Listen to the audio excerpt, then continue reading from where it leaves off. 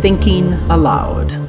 Conversations on the leading edge of knowledge and discovery with parapsychologist Jeffrey Mishlove. Hello and welcome. I'm Jeffrey Mishlove. Today we're going to explore the awakening of Kundalini. My guest is Professor Marjorie Woollacott, who has been a neuroscience professor at the University of Oregon for more than 3 decades, and she has authored over 180 peer-reviewed scientific papers. She's also been a meditator for almost 4 decades. She is the author of Infinite Awareness, The Awakening of a Scientific Mind, which won the Book Award from the Parapsychological Association. In addition, she is the co-author of this book, a scientific text called Motor Control, Theory and Practical Applications. This is an internet interview, and now I'll switch over to the internet video. Welcome, Marjorie. It's a pleasure to be with you once again, even via internet this time. And it's wonderful to be with you, Jeffrey. I look forward to our conversation.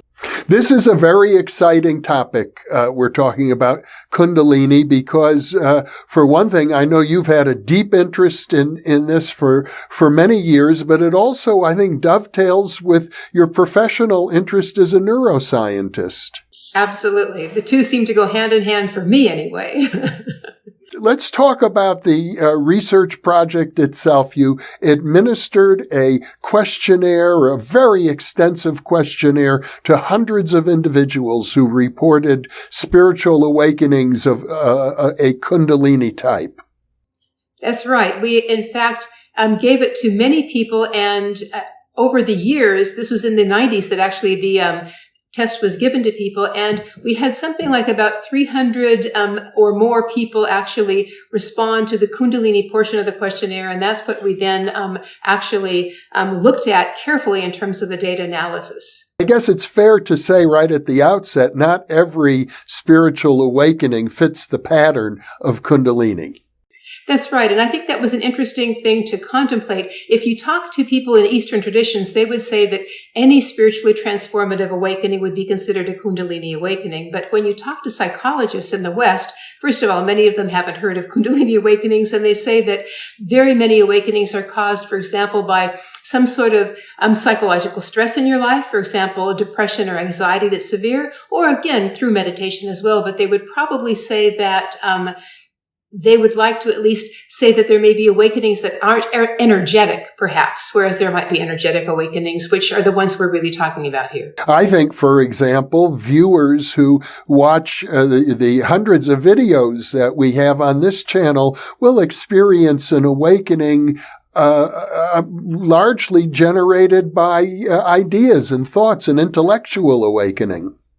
That's right. And I think some people also mentioned that perhaps if a person has an experience of, for example, their grandmother who has just died coming to them, and apparently in either a dream or even in the waking state, it awakens them to the possibility that there's more than our regular life, but it's not really an energetic awakening. It's maybe more of a new insight that helps change their lives. Now, many decades ago, I was friendly and even interviewed on the original Thinking Aloud series, Dr. Lee Sanella, who wrote the book Kundalini, Psychosis or Transcendence. And he suggested that many Kundalini symptoms could easily be misdiagnosed as psychosis, but that it really was not. It was a different syndrome altogether. Yes, and I think when I read that book, I was surprised that what he described, perhaps like in the 1970s, seems to be something that is still present today. And I think that was part of the impetus for me to actually want to get this particular set of data published, because I'm hoping that it will help psychologists and medical doctors understand that, in fact, this isn't a psychosis, this isn't pathological, and it's something that actually can help transform a person's life to the better. And if they know that, and they have the right persons to send them to, we actually might turn this particular way of looking at Kundalini awakenings by the medical professionals around to a whole different viewpoint. And I gather one of the really striking findings of your survey is that the reports provided by people of these experiences seem to conform very much to the ancient literature on the subject. Yes, and I think I was really pleasantly surprised by that, because having read those ancient reports, and sometimes, these are reports from maybe 1,000 years ago, even up through various meditators and including Christian mystics, really mystics from all traditions. They sound so amazing that you wonder, could this really happen? And then when you give this questionnaire to, 300 plus people that are really from all over the world, United States, Canada, Europe, etc., and you find similar sorts of experiences, you say, wow, how can it be that we've kept this covered up in our culture so much so that we don't really talk about these things that are actually phenomenally amazing, transformative experiences? Let's begin by talking about how the ancient literature describes a Kundalini awakening. Right. And I think that, first of all, it's fascinating to me that when you look at the tantric literature from India, and this would be texts, for example, like the Tantra Loka or the Pratyabhinya Hridayam, which are texts from Kashmir, from around the 1000s. Abhinavagupta was one of the scholars that wrote these. You find that what they say is happening when the world is created is that this infinite expansive consciousness, out of its own free will and really joy, creates the world so that it can experience itself. But in the process of creating the world, of course, what happens is that one creates diversity. And in creating diversity in individuals, it suddenly loses its awareness within the individual of what it really is, of its infinite unitive nature. And what they say then happens is that all these individual beings within the world that are going around ignorant of who they are, and they're lost in a sense of their own individuality.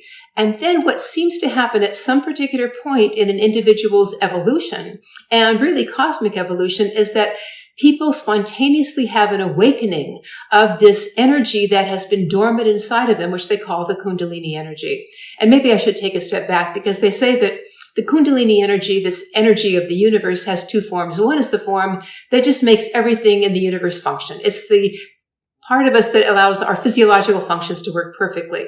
But there's the second aspect, the inner aspect, that they say goes dormant when an individual is created, and then at some particular point in their evolution begins to awaken, and you have this energetic awakening where suddenly you have a glimpse, or perhaps an amazing transformative experience, that you are now one with all the people around you, and you have experiences of light, of joy, and that starts a transformation process that then may go on for many, many years, where you begin to see the world in a totally different way than you had before. I gather one of the symbols of this Kundalini energy is a snake or serpent. And it's ironic, because in the Western biblical tradition, the snake is often associated with evil, temptation, maybe even Satan.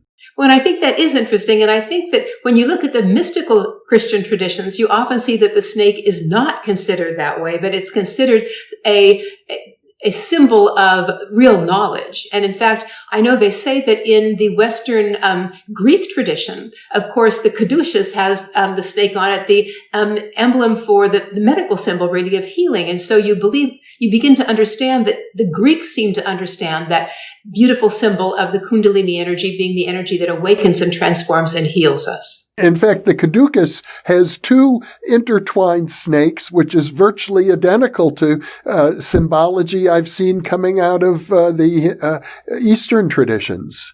Sometimes we forget that Greece and India were awfully close together in terms of people being able to travel back and forth in those years. And so, in fact, I think there was a lot of cross-fertilization of the philosophies of both of them. And it's wonderful when you can begin to see that. In the Eastern traditions, the Kundalini energy is thought of as feminine, as a goddess, as Shakti. That's right. And I think it's interesting when you in fact look at some of these traditions, again, out of Kashmir, for example, in India, they talk about Shiva as being this potential energy of the universe that would be the universe before it was actually created in a manifest form. And this unitive awareness, this very, very still, very, very peaceful. And then when that decision is made to actually enjoy the creation and allow the energy to flow forth, that part of the energy is considered feminine and considered this Shakti or this Kundalini energy that brings everything into manifestation and causes the whole then functioning and working of the world. And I like that sort of, it's the yin and the yang aspect that you see in China as well, the masculine and feminine aspects. Very beautiful. And the other traditional aspect of the Kundalini teachings has to do with the chakras, that the rising of the serpent through up along the spinal column awakens the different chakras. And each chakra, I know that they have very detailed symbologies and mantras and deities, colors and shapes, but they all also represent different powers of consciousness. They do. And I think that what was again interesting for me is having read a little bit of that literature, and maybe I'll even take a step back, having had my own awakening of this Kundalini energy when I was about 30 years old and experiencing energy, for example, between my eyes and in the center of my heart that was like a vibratory pulsing energy that was also filled with joy. I was amazed to then find that in fact there was a literature that talked about that related to these chakras. And it's like, wow, I had no awareness of that beforehand, but here is the physiological experience.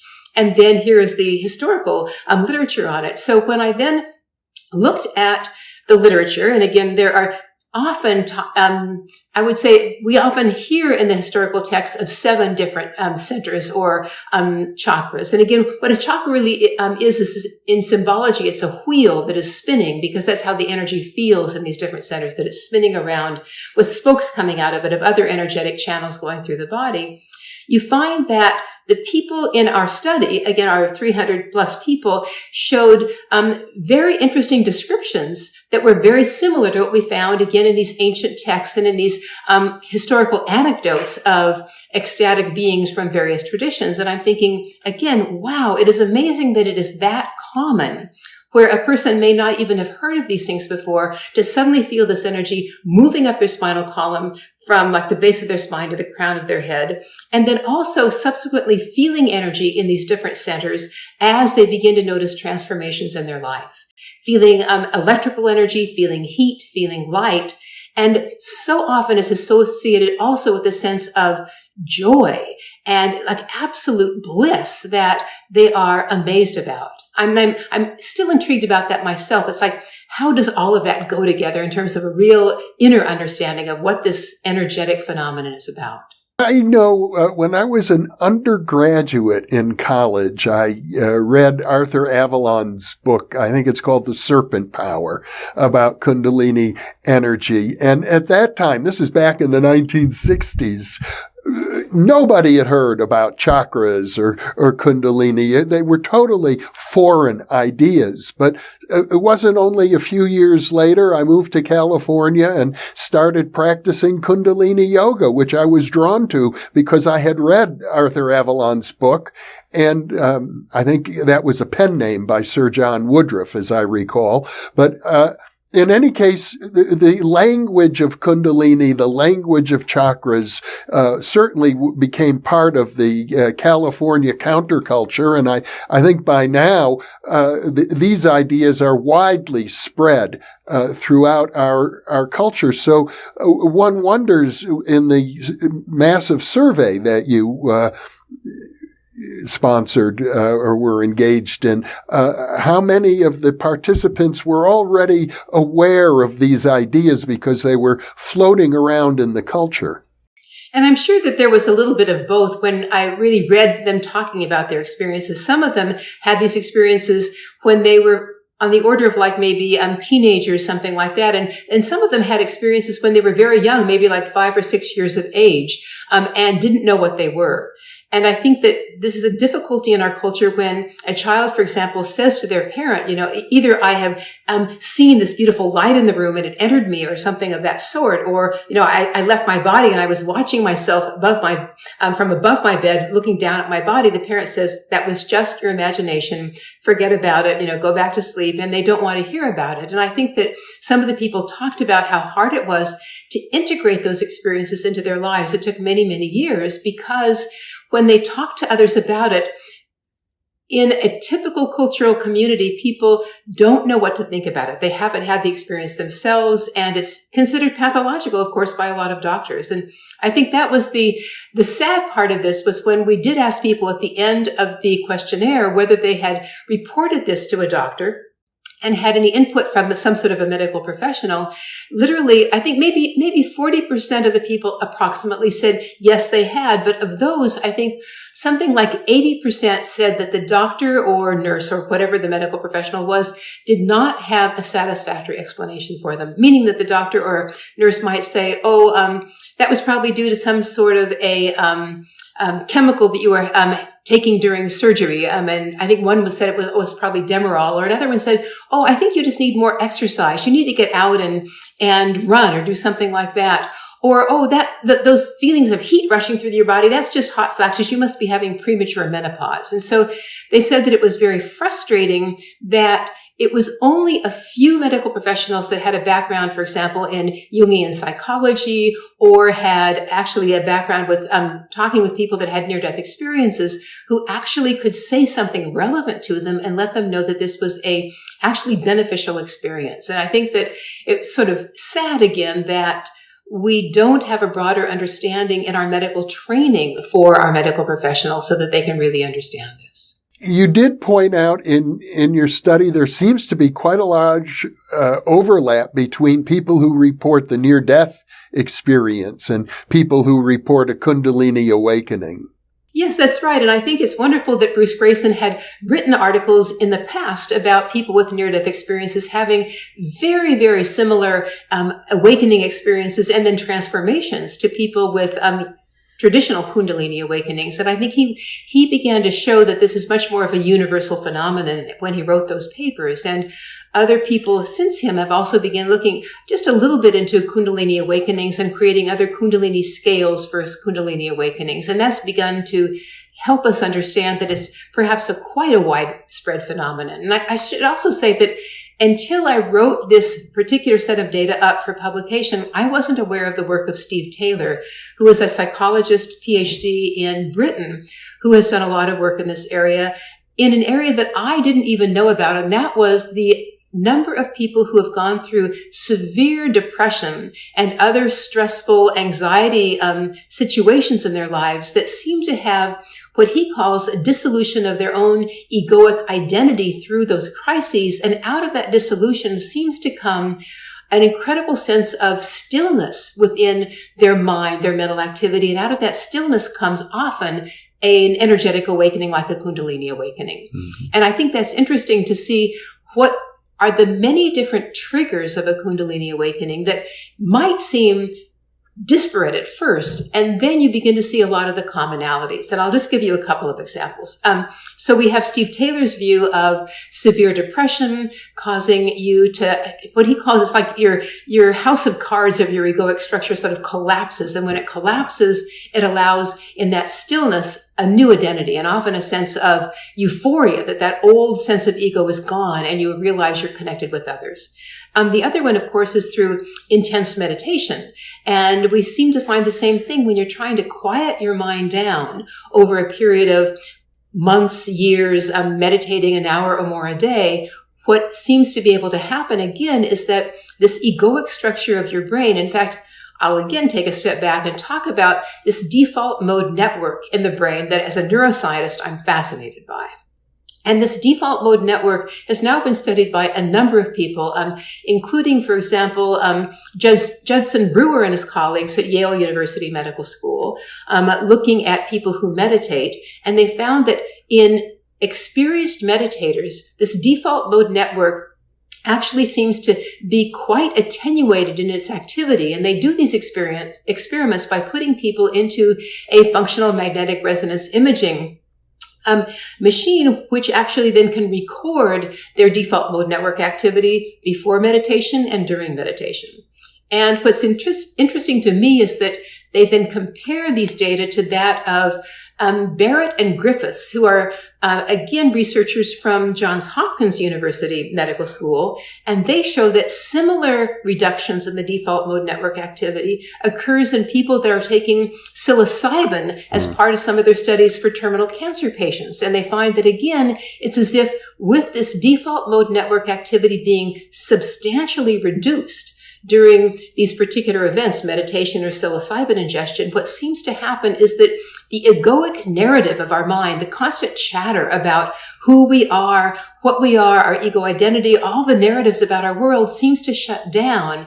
And when it shuts down, it seems to allow this unitive awareness, the sense of joy and bliss to come through. And people talk about these experiences as being not only amazing in the moment, but once they have that experience, it seems to begin to create a transformation. It's almost like a seed of transformation is actually planted inside of them. And that then gradually transforms the rest of their lives in magnificent ways, including increased creativity, increased senses of altruism, love for their fellow humanity, etc. One of the intriguing findings that I read in your report is that on average, people said it took 7 to 8 years to integrate this awakening experience into their lives as a whole. It didn't just happen overnight. Exactly. And I found that also amazing. And in fact, I think there were something like at least 33 people that said they never integrated it into their lives. And my own sense is that that's very similar to what Bruce Grayson and Pim Van Lommel have said about near-death experiences, that they say that it takes quite a while to integrate this into their lives. And they say they believe it's because the medical community, the families, other people in their community don't want them to talk about it. They find it feels abnormal to them. And so they then shut the person down when they try to talk about it. And I'm gathering that it's the same sort of thing that happens when somebody has a Kundalini awakening. You could imagine if you are a young person and you tell your grandmother or even your mother, but I mean, it's like, I had this amazing experience of energy shooting up my spine. And then I had this experience of like my consciousness leaving the top of my head and I could suddenly see around me. And this was full of joy. They would say, please, this is not normal and you shouldn't talk to people about it. And sometimes people would even say, well, my nearest relatives would say, that's interesting, but please don't discuss it with others because it can be seen as pathological. And those are the issues that we still face today. So I think that's the issue. How do we make our society such that we can actually help people understand that this is part of a beautiful growth process so that they can integrate it into their lives more fully, more quickly, and perhaps really expand their creative potential as a human being? Well, I would think that one of the ways to integrate this into our society would be if we had mainstream scientific models that could account for it. But as far as I know, the model of the coiled serpent rising up and awakening all of the chakras is not really easily mappable onto conventional neuroscience. You're absolutely right. And I think that's always the issue. In fact, just when you use the word energetic awakening, I think most neuroscientists would just like roll their eyes. So I really understand that. And I think that's why it's beautiful that people like Judson Brewer at Yale University Medical School and others like Barrett and Griffiths at Johns Hopkins are beginning to actually see what changes in the neural networks are associated with these awakenings. And what I like is the fact that it appears that it is a reduction in the activity of these networks that is actually associated with the awakening. And it's my own hypothesis as a neuroscientist and a meditator that what is really happening is that as this default mode network's activity is reduced, it is actually reducing the filters that are in our brain that keep us from experiencing expanded states of awareness. And I think that if you look back at the literature of, for example, William James, our father of psychology back in the late 1800s and early 1900s, he had similar types of hypotheses about what was going on with a spiritual awakening. That there are attentional filters on our brain that are very, very functional in normal everyday life. And without them, we would probably not be able to function normally and deal with all of the activities of life. But they keep us from seeing a broader reality that is truly out there. And certain people spontaneously have those filters begin to simply collapse down for a few moments or longer, and they see something that's a much, much broader, more expansive awareness. And others, through meditation or severe depression or psilocybin, have that same sort of a thing. And it's almost as if once those filters close down for a while and you begin to see this expanded awareness, it almost gives you a path back to it in the future. It's like you've seen it once and now you know how to get back there again by quieting your mind down. So I think that when we begin to talk about it in terms of neural correlates and about filters that we can actually perhaps disengage, maybe that's a way for neuroscientists to begin to explore it within our typical medical vision, our viewpoint, our vocabulary that we have. Now, I gather from your report that the respondents didn't always have totally beautiful, totally positive experiences. Sometimes, for example, the awakening of Kundalini is accompanied by painful sensations. That's right. And I think that that's also listed in the literature as well. And I should also mention something that is said in the literature from Kashmir in India way back 1,000 years ago. And that is that it is very important to have a guide or a teacher when you are working to awaken this energy. And it's because the energy is powerful. And some people, in fact, we have found, and I think Lee Sanella mentioned this in his book, if they misuse meditation by, for example, doing things like meditating 8 hours a day, fasting, doing a lot of physical activity at the same time, they are not making their physical body strong enough to hold the awakened energy.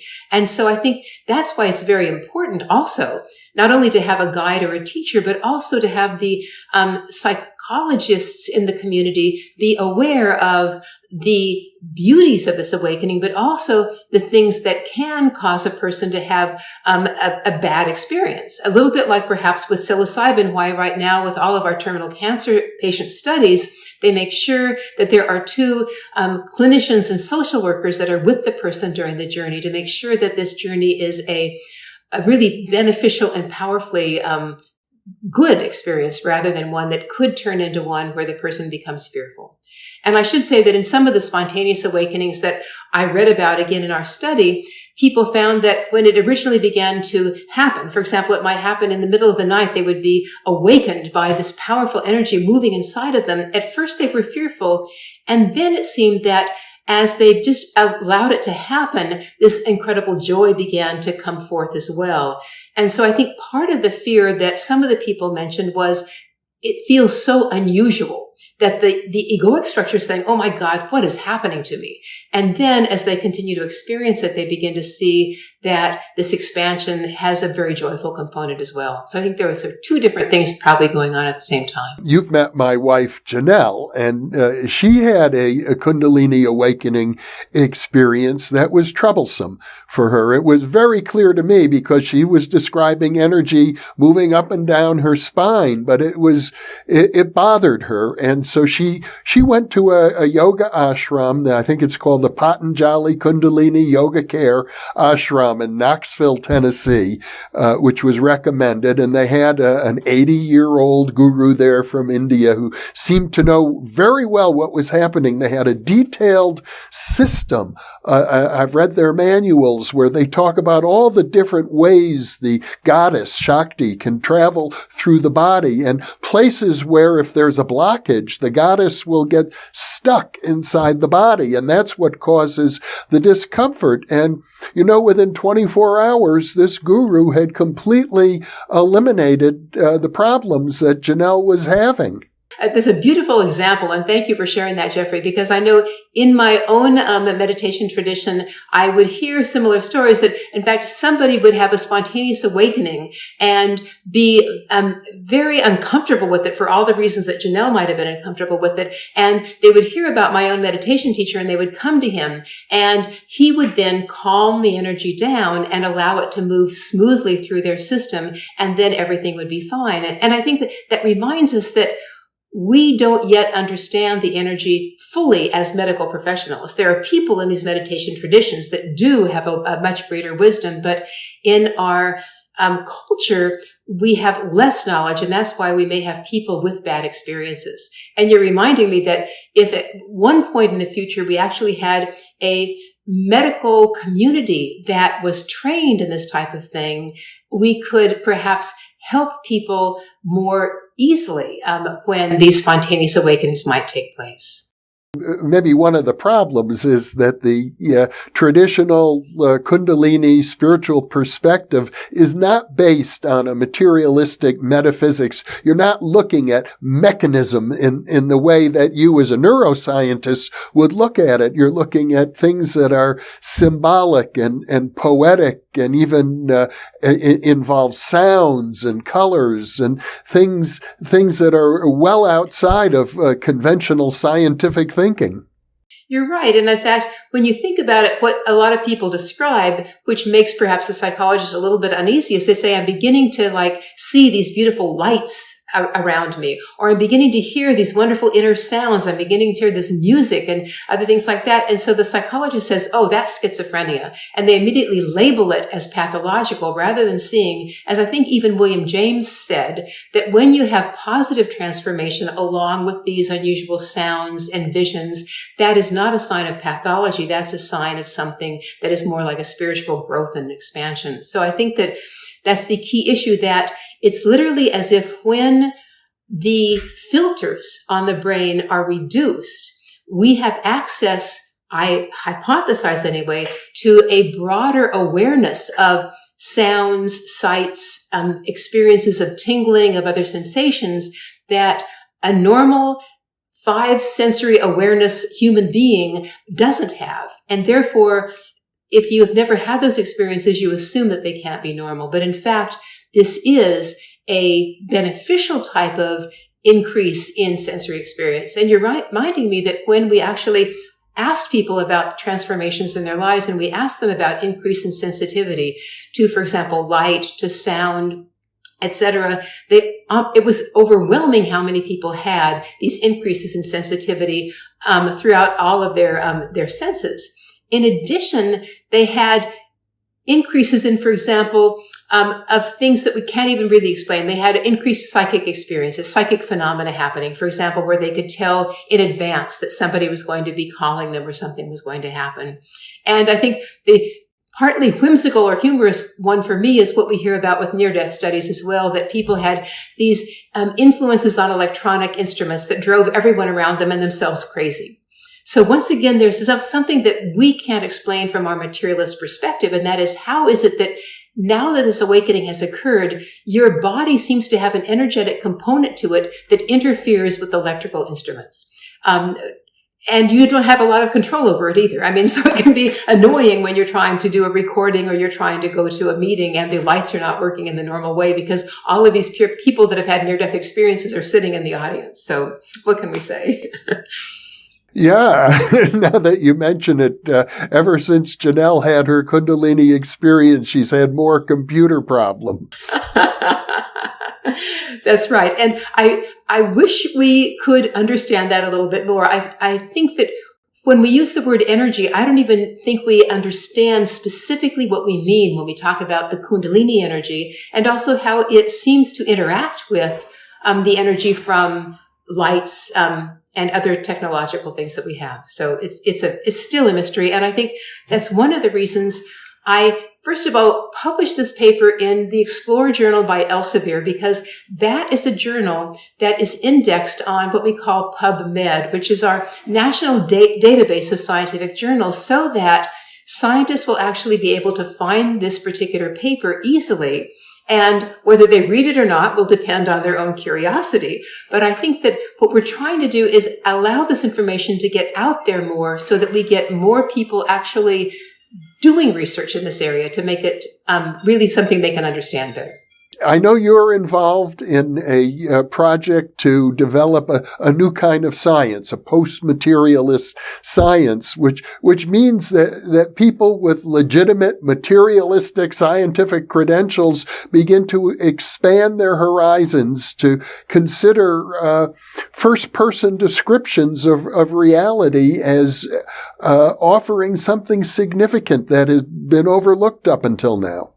That's right. That's the Academy for the Advancement of Post-Materialist Sciences. And I'm the president. And one of the reasons that I was excited when we formed that particular society is that it's really meant to have a core of scientists who are curious and want to see whether there's a way of making our current scientific worldview expand to include these phenomena that we're currently calling paranormal. But I think most of us that are in the society believe that they are actually very natural phenomena. And we need to actually get rid of that word paranormal and simply expand our viewpoint beyond materialism to include these energetic phenomena as part of our theory and our model of the world.